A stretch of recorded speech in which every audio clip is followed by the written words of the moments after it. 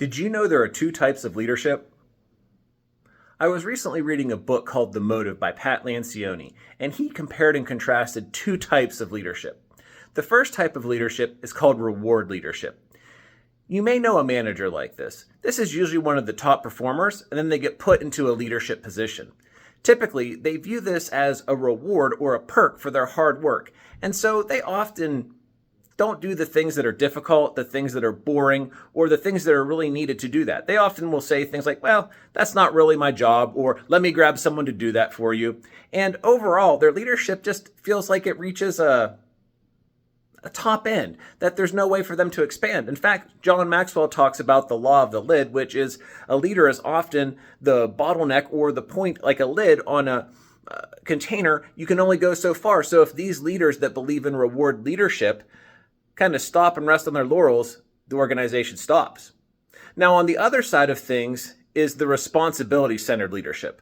This is tough. This is the leader that understands that when you take a job, you should be giving more than you should be getting. This is someone that understands you may have to have behavioral conversations, manage your direct reports, be willing to get down and dirty. And this is the type of leadership that I aspire to.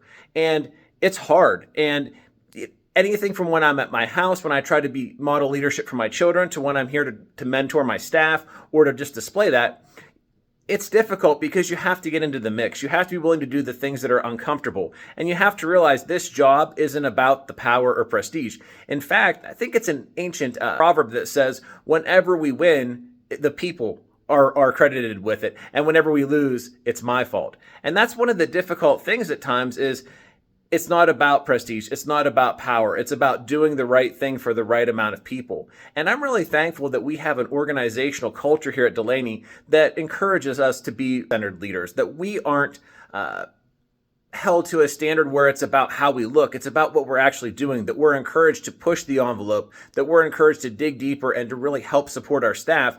And we can be honest and transparent. Sometimes we make mistakes. Sometimes the bottom line isn't where we'd like it to be.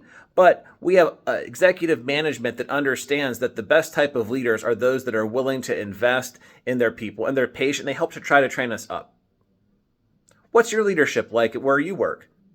Would you say they're reward-based leadership where they're kind of in it for themselves? Or is it responsibility-based leadership where they're willing to go the extra mile for you? Please let me know in the comments. For more quality content, please continue to listen to Manager Matt.